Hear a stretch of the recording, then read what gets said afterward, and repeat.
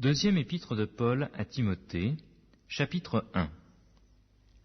Paul, apôtre de Jésus-Christ par la volonté de Dieu, pour annoncer la promesse de la vie qui est en Jésus-Christ, à Timothée, mon enfant bien-aimé.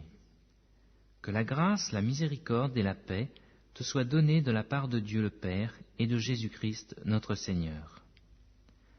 Je rends grâce à Dieu que mes ancêtres ont servi et que je sers avec une conscience pure.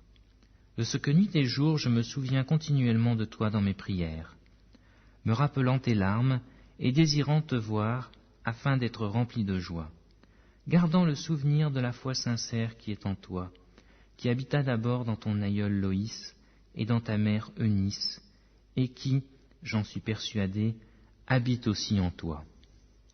C'est pourquoi je t'exhorte à ranimer le don de Dieu que tu as reçu par l'imposition de mes mains. Car ce n'est pas un esprit de timidité que Dieu nous a donné, mais un esprit de force, d'amour et de sagesse.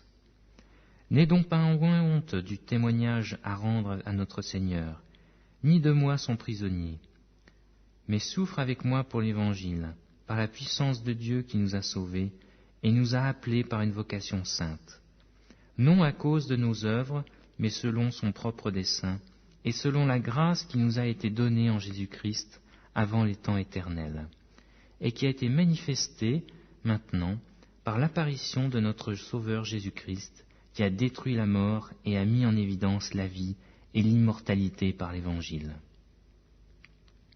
C'est pour cet Évangile que j'ai été établi prédicateur et apôtre, chargé d'instruire les païens.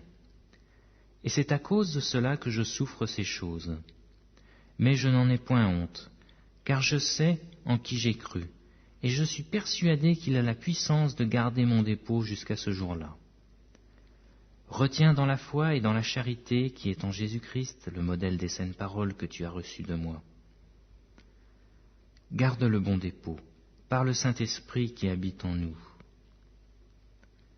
Tu sais que tous ceux qui sont entrés en Asie m'ont abandonné, entre autres Phygèle et Hermogène.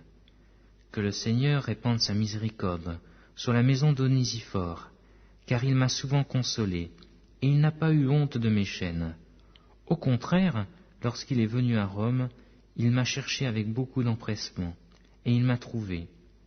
Que le Seigneur lui donne d'obtenir miséricorde auprès du Seigneur en ce jour-là. Tu sais mieux que personne combien de services il m'a rendu à Éphèse.